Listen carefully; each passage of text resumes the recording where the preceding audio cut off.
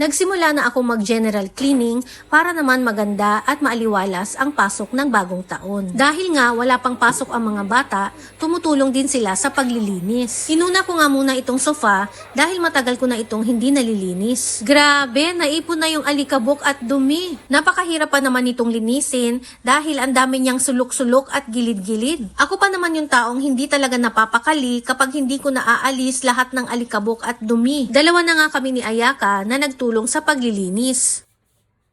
Vinacuum ko na nga ito kanina pero hindi talaga maalis-alis yung maliliit na dumi at alikabok. Kaya naman binaligtad namin siya para malinis ko rin yung ilalim ng sofa at para pagpagin na rin yung mga hindi maalis-alis na dumi at alikabok.